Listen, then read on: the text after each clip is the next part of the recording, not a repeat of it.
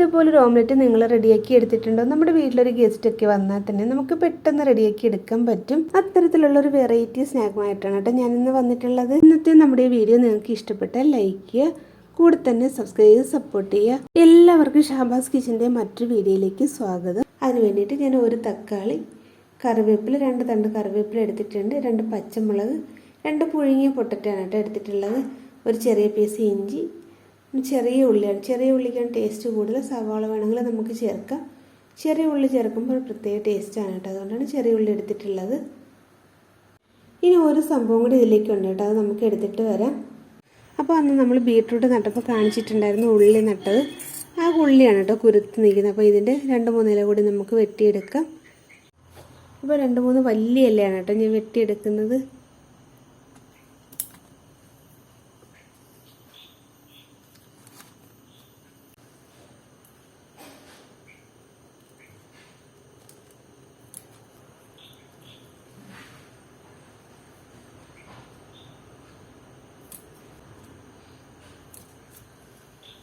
അപ്പോൾ നമ്മളിത് ഇത്ര ഇല വെട്ടിയെടുത്തിട്ടുണ്ട്. അപ്പോൾ അന്ന് നട്ട ബീട്രൂട്ടാണ് കേട്ടോ. ഇന്നലെ വരെ നല്ലതുപോലെ നിന്ന് ഇന്നലെ ആയപ്പോഴത്തേക്കും ഞാൻ വിചാരിച്ചത് പുറത്ത് വയ്ക്കാന്ന്. രാത്രിയത്തെ മഴയിൽ സംഭവിച്ചതാണ് കേട്ടോ ഇത്. തിളിർത്ത് വരുമെന്ന് അറിഞ്ഞുകൂടാ. ഈ ഇലയെല്ലാം ഒരു വല്ലാത്തൊരവസ്ഥയിൽ നിൽക്കാനായിട്ട് അഴുകിപ്പോകുമെന്ന് തോന്നുന്നു. മുകളിലത്തെ ഇലയ്ക്കൊന്നും കുഴപ്പമില്ല. വേറെ 2 കവറിൽ വെച്ചിരുന്നില്ലേ, അത് അഴുകിപ്പോയി. ഇത് കുഴപ്പമില്ല, നല്ല ഫ്രഷ് സംഭവമായിരുന്നു. ഇന്നലെ വരെ ഒരു കുഴപ്പമില്ല, ഒരു ഇലയ്ക്കും അഴുകൽ പോലും ഇല്ലായിരുന്നു കേട്ടോ. ഇതൊക്കെ നല്ല ഫ്രഷായിട്ട് നിന്ന ഇലയാണ്. രാത്രിയത്തെ മഴയിലാണ് കേട്ടോ ഇങ്ങനെ സംഭവിച്ചത്. അപ്പോൾ നമ്മൾ ഉള്ളി നട്ട് വളർത്തി അതിൻ്റെ ഇല വെട്ടിയെടുത്തിട്ടുണ്ട്. ഇനി നമ്മൾ ഇതിൻ്റെ കൂടെ ഒരു 5 മുട്ട കൂടി എടുക്കുന്നുണ്ട് കേട്ടോ.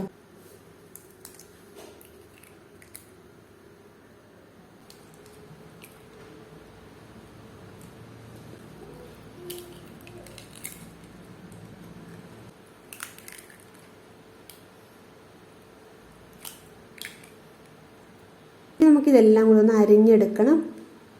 അങ്ങനെ നമ്മൾ ഇതെല്ലാം അരിഞ്ഞെടുത്തിട്ടുണ്ട്. എടുത്ത് വെച്ചിട്ടുള്ള ഈ മുട്ടയിലേക്ക് ഇതെല്ലാം കൂടെ ഒന്ന് ചേർത്ത് കൊടുക്കണം. അതിന് മുന്നേ നമുക്ക് ഈ മുട്ട ഒന്ന് മിക്സ് ചെയ്തെടുക്കാം.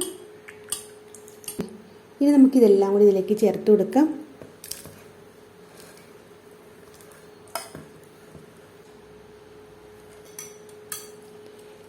ഇനി ഇതെല്ലാം കൂടി നമ്മൾ മുട്ടയായിട്ടൊന്ന് മിക്സ് ചെയ്ത് കൊടുക്കണം. നന്നായിട്ടൊന്ന് മിക്സാക്കി എടുത്തിട്ടുണ്ട്. ഇനി നമുക്ക് ഇതിലേക്ക് ആവശ്യത്തിലുള്ള ഉപ്പ് ചേർത്ത് കൊടുക്കാം. എല്ലാം കൂടി വീണ്ടും ഒന്ന് നമുക്ക് മിക്സാക്കി കൊടുക്കാം.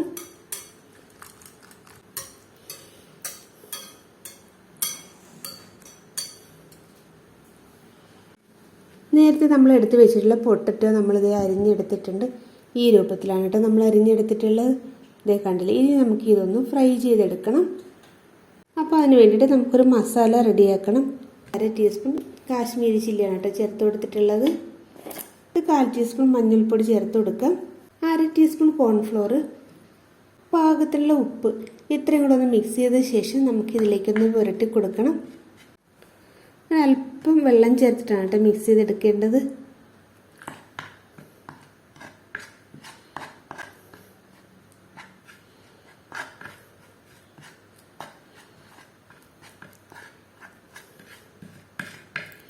ഇനി നമുക്കിതിലേക്കൊന്ന് പുരട്ടി കൊടുക്കണം.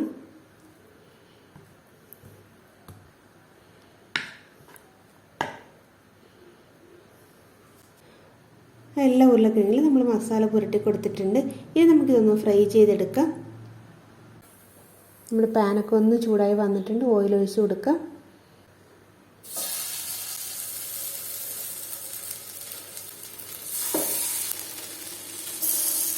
ഇനി നമുക്കിതൊന്ന് തിരിച്ചുകൂടി ഇട്ട് ഫ്രൈ ചെയ്തെടുക്കണം.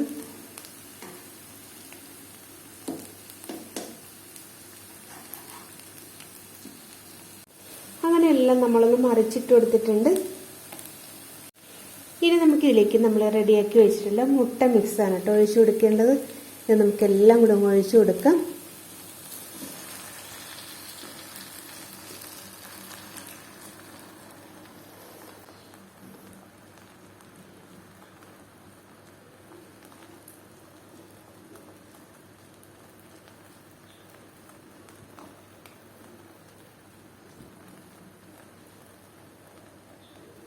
ഇനി നമുക്കിതൊന്ന് മൂടി വെച്ച് കൊടുക്കാം.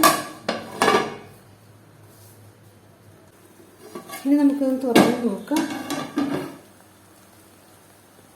ഇനി നമുക്കിതൊന്ന് മറിച്ചിട്ട് കൊടുക്കണം കേട്ടോ. മറിച്ചിട്ട് കൊടുക്കാം.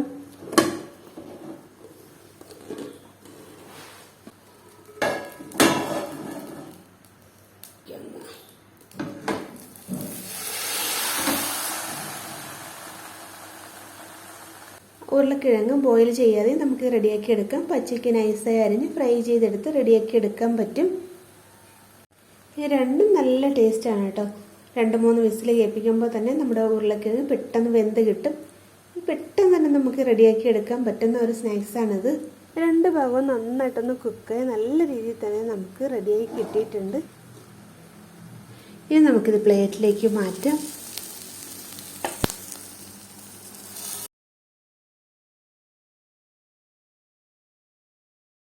നമ്മുടെ മക്കൾക്ക് ടിഫിൻ ബോക്സിൽ കൊടുത്ത് വിടാൻ പറ്റിയ ഒരു അടിപൊളി സ്നാക്കാണ് കേട്ടോ ഇത്. അപ്പോൾ ഇന്നത്തെ നമ്മുടെ റെസിപ്പി നിങ്ങൾക്ക് ഇഷ്ടമായാൽ ഒന്ന് ലൈക്ക് ചെയ്തേക്കണേ.